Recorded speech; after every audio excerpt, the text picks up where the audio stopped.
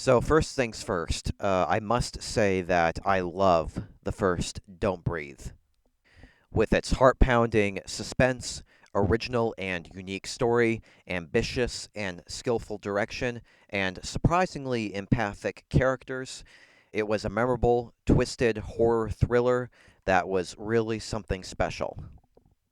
And here we are now with Don't Breathe 2, and boy, do I have a lot to say about this one. Let's talk about the flaws. The fight scenes between the blind man and various thugs are often hard to follow. Many of these fight scenes are darkly lit and edited so rapidly, I couldn't make out what was going on. It's possible that the actor Stephen Lang is physically unfit to do these intense fight scenes, most likely due to his age, or it may be a lack of experience. The point I'm getting at is that the visually confusing fight scenes is probably due to the fact that the filmmakers had to mask Stephen Lang's incompetence or inexperience with stunt work. Just a guess.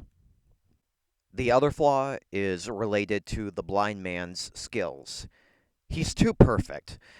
For someone who is blind, his limitations are rarely shown. His attacks on his enemies are far too often right on target.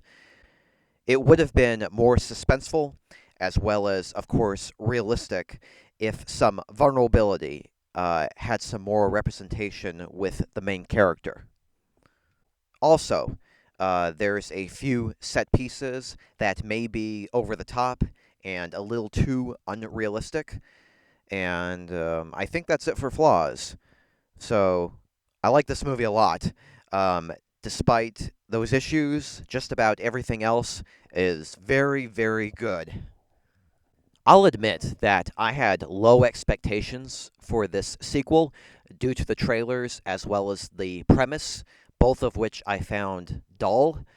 And although the premise is kind of bland, it's what the film does with it, and how the story unfolds in its second and third act is where Don't Breathe 2 really shines. The acting from everybody involved is solid.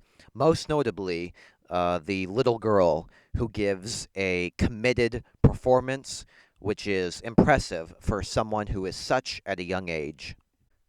The cinematography is extremely good.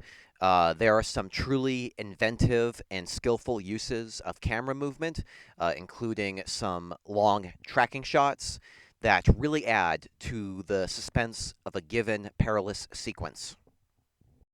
There's also a few shots in the movie that are brilliantly conceived and framed.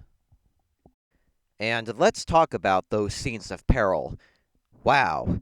Um, the perilous sequences that occur throughout the film get crazier and crazier, darker and darker, cleverer and cleverer. Um, is cleverer even a word? Some of the best things about this movie I can't even talk about as it's spoiler related, but I'll discuss it with minimum detail. It's pretty fascinating how the little girl's perception changes over the course of this harrowing night, which involves her questioning two individuals and which one of these two can be trusted. Regarding the third act, the climax and the ending I thought was just about perfect. It ends on a note that was audacious, smartly written, darkly beautiful, and kind of powerful.